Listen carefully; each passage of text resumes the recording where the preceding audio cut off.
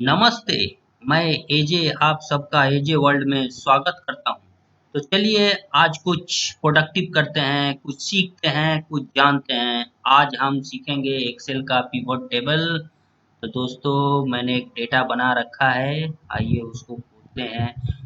दोस्तों pivot table का use जो होता है एक्सेल में बहुत ही होता है और काफ़ी इसे प्रोडक्टिव यूज माना जाता है क्योंकि इसमें जिसमें डेटा लंबा चौड़ा रहता है और उसमें से अगर हमको शॉर्ट करना हो तो काफ़ी दिक्कतें आती हैं। अब ये डेटा मैंने पहले से बना रखा है। इसमें आप देखिए करीब 17 कलम हैं और 511 रो हैं इसके अंदर। आप देख सकते हैं 511 रो हैं और 17 कलम हैं। तो डेटा काफ़ी लंबा चौड़ा है। तो अब देखिए कि यहाँ पे साइट दिया हुआ है, साइट नंबर यहाँ पे स्टेट बिहार, तेलंगाना, वेस्ट बंगाल इस तरह सारी है। ये स्टोर के नाम है, जैसे हैदराबाद में कुछ स्टोर है, सिवान में है, हर जगह जगह के ऑल ओवर इंडिया के कोने का है। ये परचेज डॉक्यूमेंट नंबर है, ये सप्लायर है जो वहाँ पे सप्लाई देते हैं। इसी तरीके से हम लोग देख सकते हैं यहाँ पे आइटम वाइज है, कौन से आइटम का कितने क्वांटिटी का ऑर्डर निकला हुआ है, वैल्यू क्या है, एटसेट्रा एटसेट्रा।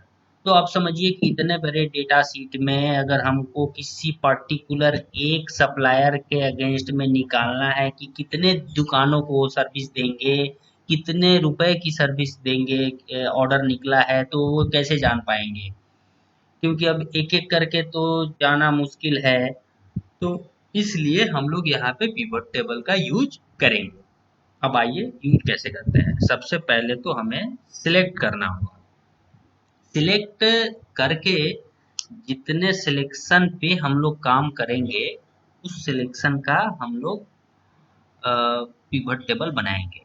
बट यहाँ पे क्या है कि सब पूरे सीट के ऊपर ही हम लोग को काम करना है। तो हम लोग यहाँ पे ए को सिलेक्ट करके कंट्रोल ए कर लेने से ऑल सिलेक्ट हो गया। अब ऑल सिलेक्ट हो गया तो अब यहाँ पे हम लोग इंसर्ट करेंगे पिवट टेबल। अब ये यहाँ रहा पिवट टेबल और हम लोग इंसर्ट किए, ओके कर लेंगे। तो ये एक नए सीट में जो है ये पिवट टेबल आ गया। अब देखिए हमें जो चीज चाहिए, अब वहां पे तो बंगाल, उड़ीसा, बिहार, झारखंड सब कुछ पड़ा हुआ है।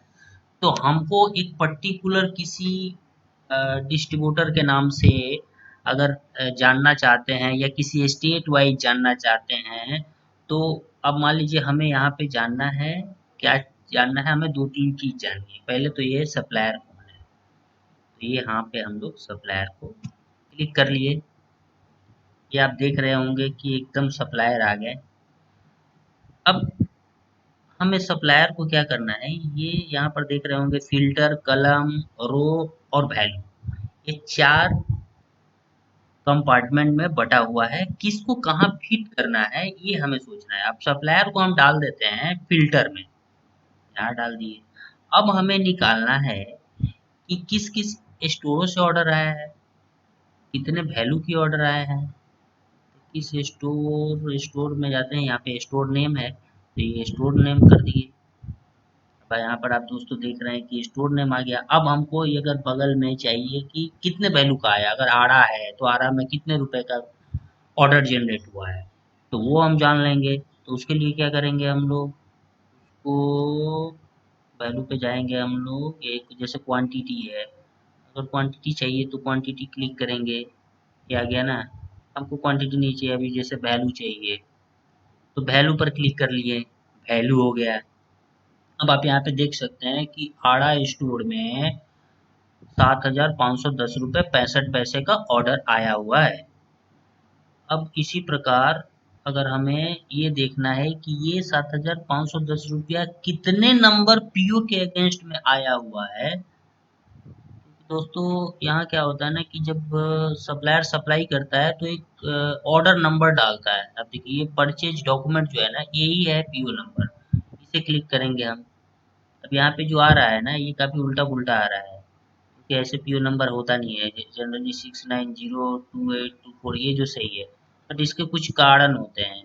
अब ये कारण मैं आपको बताऊँ क्यों ऐसा आया। इसको जाना पड़ेगा, राइट क्लिक करना पड़ेगा और इसके लिए हमें जाना पड़ेगा समराइज वैल्यू, सम को हटा के यहाँ एवरेज कर देंगे।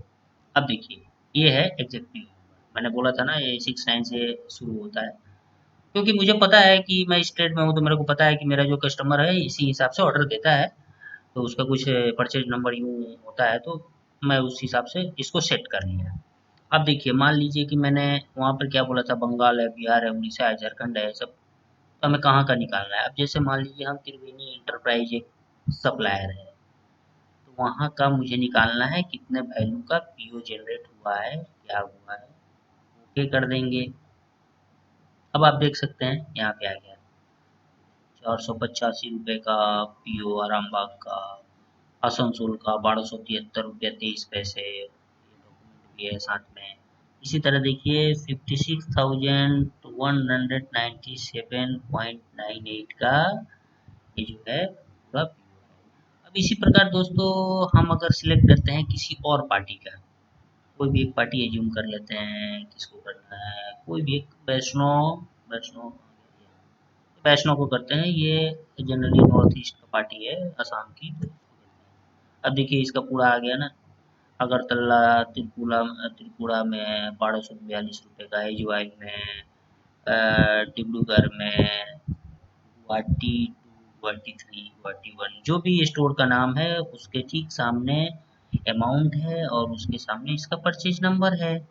तो इस हिसाब से हम यहाँ पे जान सकते हैं कि टोटल वैल्यू का कितने का पीओ आया, मतलब ऑर्डर वैल्यू क्या है, 37,168.65।